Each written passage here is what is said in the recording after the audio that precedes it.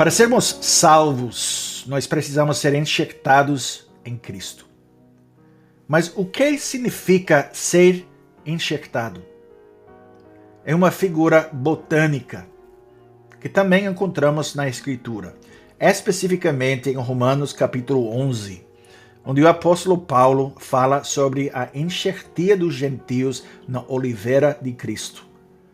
Romanos capítulo 11, versículos 17 e 18 dizem: Se, porém, alguns dos ramos foram quebrados, e tu, sendo oliveira brava, foste enxertado em meio deles, e te tornaste participante da raiz e da seiva da oliveira, não te glories contra os ramos. Porém, se te gloriares, sabe que não és tu que sustentas a raiz, mas a raiz a ti. E sabemos que quando Paulo usa esses termos de enxertia, ele está usando o ensino do Mestre, do Senhor Jesus, como base do que ele diz. Porque nosso Senhor Jesus disse em João capítulo 15, Eu sou a videira verdadeira, e meu Pai é o agricultor. Todo ramo que estando em mim não der fruto, ele o corta. E todo o que dá fruto limpa, para que produza mais fruto ainda. Como não pode o ramo produzir fruto em si mesmo, se não permanecer na videira, assim nem vós o podeis dar, se não permanecerdes em mim. Eu sou a videira, vós os ramos. Quem permanece em mim, e eu nele, esse dá muito fruto, porque sem mim nada podeis fazer. Conforme uma definição que eu encontrei online, enxertia é um método utilizado por especialistas que trabalham com plantas e consiste na união de duas espécies diferentes. O processo acontece entre uma parte da planta denominada enxerto ou cavaleiro, que é inserida em outra parte da outra planta, outro indivíduo da mesma espécie. E essa planta é conhecida como porta-enxerto. O porta-enxerto é responsável por conduzir minerais pela planta, fornece a água, os nutrientes de que o enxerto precisa para sobreviver e para florescer. E esse relacionamento que nós temos com Cristo, quando cremos nele, é o mesmo tipo de relacionamento. Pergunta 20. Então, todos os homens foram salvos por Cristo, exatamente como por meio de Adão todos pereceram? Resposta: não. Só estão salvos os que pela verdadeira fé foram enxertados em Cristo e aceitaram todos os seus benefícios. Pergunta 28. O que é a verdadeira fé? Resposta: a verdadeira fé é a convicção com que aceito como verdade tudo aquilo que Deus nos revelou em sua palavra. É também a firme certeza de que Deus garantiu, não só aos outros, como também a mim, perdão dos pecados, justiça eterna e salvação por pura graça e somente pelos méritos de Cristo. O Espírito Santo realiza essa fé em meu coração por meio do Evangelho. Pergunta 22. Então, no que o cristão tem de acreditar? Resposta: em tudo que nos está prometido no Evangelho e que nos são ensinados resumidamente pelos artigos da nossa fé cristã universal e indubitável. Pergunta 23. Que artigos são esses? Resposta: creio em Deus Pai Todo-Poderoso, Criador do céu e da terra. Creio em Jesus Cristo, seu unigênito Filho, nosso Senhor, o qual foi concebido por obra do Espírito Santo. Nasceu da Virgem Maria, padeceu sob o poder de Pôncio Pilatos, foi crucificado, morto e sepultado, desceu ao inferno. Ressurgiu dos mortos ao terceiro dia, subiu ao céu, está assentado à mão direita de Deus Pai Todo-Poderoso, de onde há de vir para julgar os vivos e os mortos. Creio no Espírito Santo, na Santa Igreja Universal, na comunhão dos santos, na remissão dos pecados, na ressurreição do corpo, na vida eterna. Nós somos os enxertos. Ele é o porta-enxerto. Isso significa que ele é a fonte de tudo de que precisamos.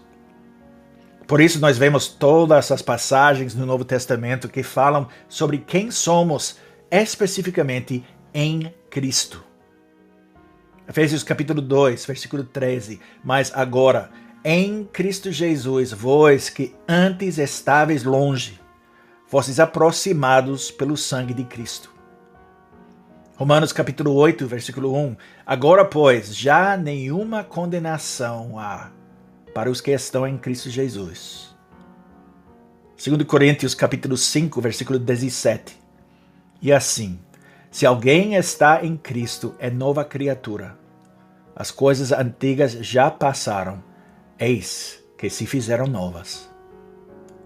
As bênçãos de estar em Cristo são, na verdade, incríveis. Não há condenação em Cristo. Somos novas criaturas em Cristo. E se Cristo está em nós, o corpo, na verdade, está morto por causa do pecado, mas o Espírito é vida por causa da justiça, como nós lemos em Romanos 8, versículo 10. Mas como funciona essa união com Cristo? Como nós podemos ser unidos com Ele, enxertados nele?